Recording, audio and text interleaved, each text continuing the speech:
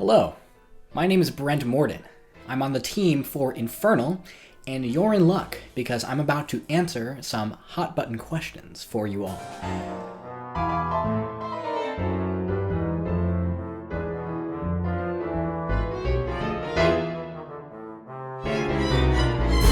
Role in Infernal is that I'm the co-composer, arranger, and orchestrator, and the music director, which is quite a fun role I will speak more about.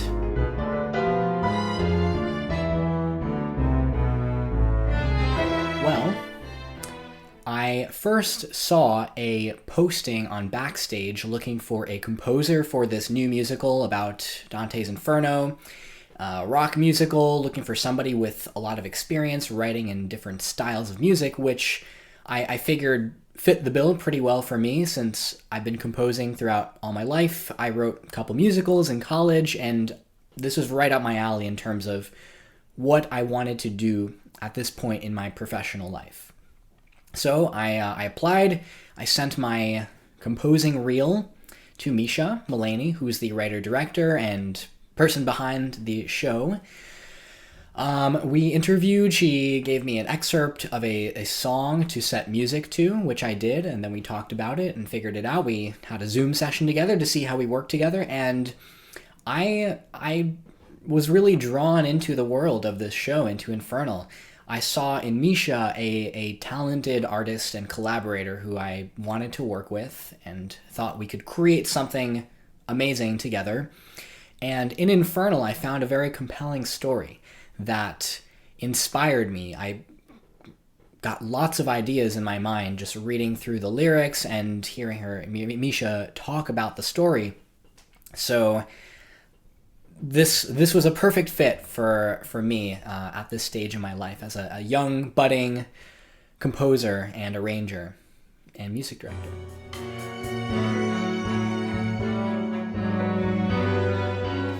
Well, it follows the story of a young girl who lives a life tainted by the error of her human ways, as we all do, and she dies, ends up in hell.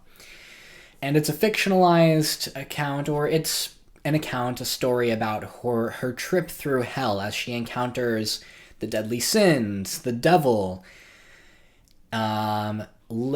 Eve, the mother of demons, these different characters who help her reckon with the consequences of her choices and the decisions she made in life to end up in this spot, in this place. And it's a story about all of us, in a sense, because we're not perfect creatures. We try to be good. We try to live righteous lives for the most part, but we are inevitably human, and we err, and we sin, some might say. So it's a story about humanity and about how to live. You know, what are the implications of our choices in life?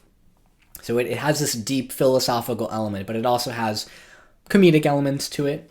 The deadly sins each have their own character with their own flair, and a lot of the songs are quite comedic in nature. Very, very diverse array of song styles, which we'll talk more about here.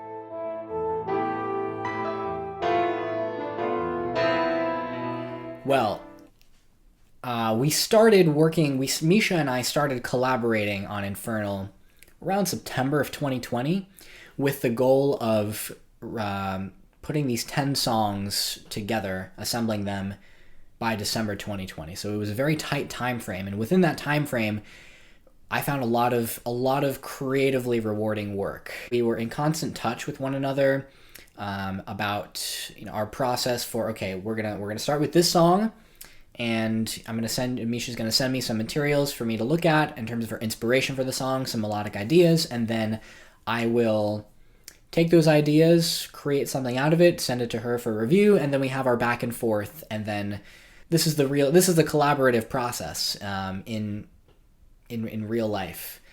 So we have a back and forth about a song, pitch our ideas to one another, and then about a week later, we have a fully formed song. I'll speak more about this process in depth because there's a question coming up about that. But it was very creatively rewarding, but it very at the same time very intense, very intense.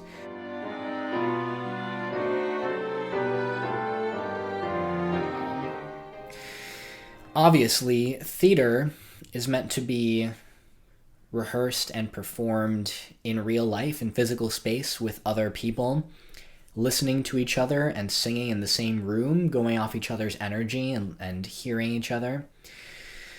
So a lot is lost over Zoom, obviously, for any kind of performing arts, if it's a choir or an instrumental ensemble or a theater group rehearsing.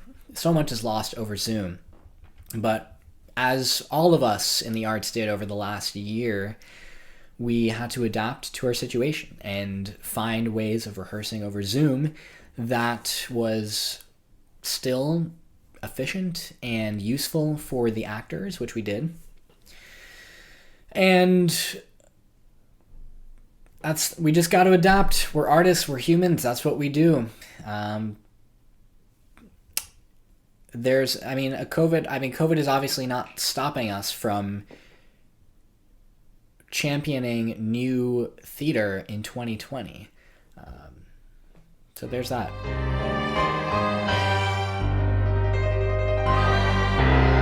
Now we can get into the nitty-gritty of the creative process here.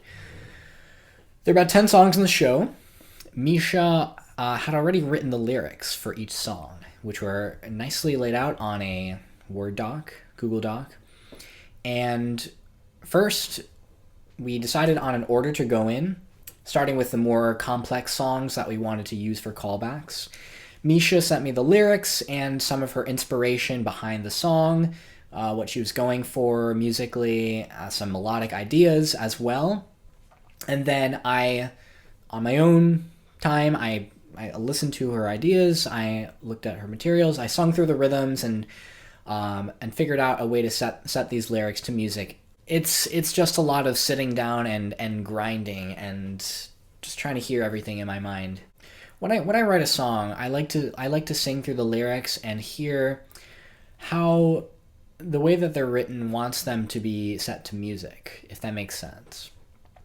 I hear in my mind what melodic contour makes sense for a certain lyric at a certain point in the story and how it tells the story. In my mind, when I'm working on a song, I try to hear in my mind's ear what harmonic progression tells the story and add some depth to the song. I'm not setting out to write very simple, straightforward music that's imitative of the tradition of musical theater, but rather draws on the tradition and does something new with it, as all artists want to do. They want to create something new with their own voice, right?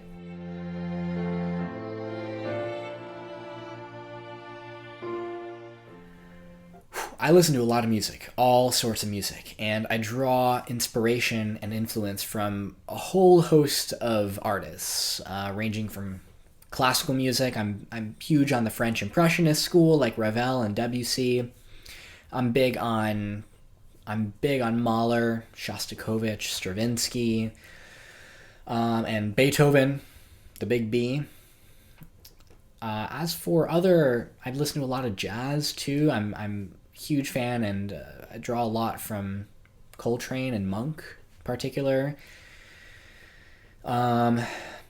Stevie Wonder, I would say, is probably one of my biggest musical influences and personal inspirations as well. Stevie Wonder's way up there. I think the way that he tells a story through music, both with melody and harmony, and the way that he sings influences how I think and how I compose songs, right?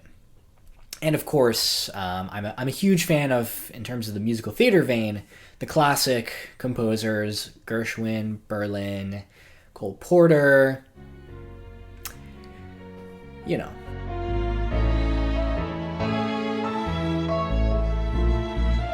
It might come across as a bit of a cliche answer, but I'm just very excited about producing a new work of art in 2020 that tells an exciting story in an exciting way and will stir the hearts and imaginations of everybody who listens to it. I think one of my favorite part of the process of creating new work of theater or anything like this is meeting other people, meeting other talented artists, collaborating with them, seeing how our talents mesh together to create something that's more than the sum of our parts. So that is always very exciting to me. I love hearing new people and seeing what my fellow artists are doing in their creative journeys and what their goals are for themselves. It inspires me greatly, and it's so rewarding, which is why I'm having a blast with Infernal.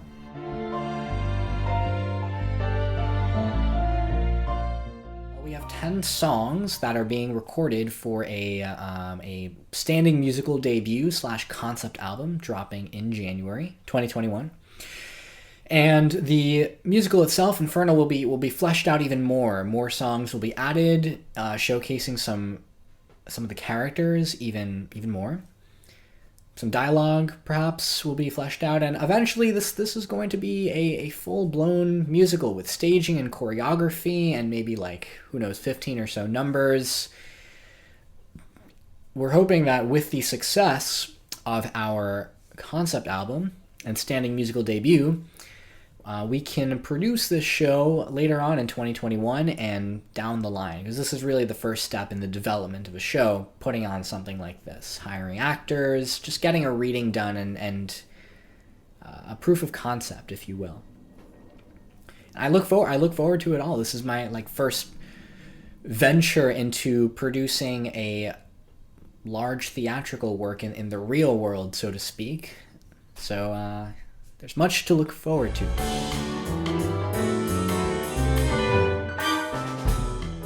I'm a man who wears many hats. I do many different things in the creative and professional arts realm. I'm the program manager for Every Voice Choirs, which is a New York City-based nonprofit that has choir programs for children, and we're introducing some more music programs that'll be coming in spring 2021. If you're interested, if you know any students who are ages 7 through 16 interested in a very engaging and a very engaging choir program, go to everyvoicechoirs.org. Reach out to me. I'm very accessible. Email me. I'm also teaching voice and musical theater classes at From Stage to Screen, which is a performing arts academy out in Huntington, Long Island. I'm doing audio mixing as a freelancer right now with a Chicago-based opera company called Transgressive Theater Opera. It's a blast working with them.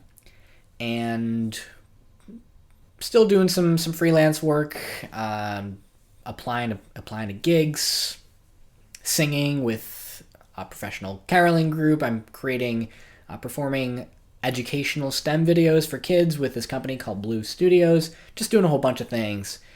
I like to stay active creatively, mentally, physically, and I'm just noticing now that my camera's running out of battery. So that'll be it for me. I hope you enjoyed this interview. I look forward to seeing you at the Infernal premiere.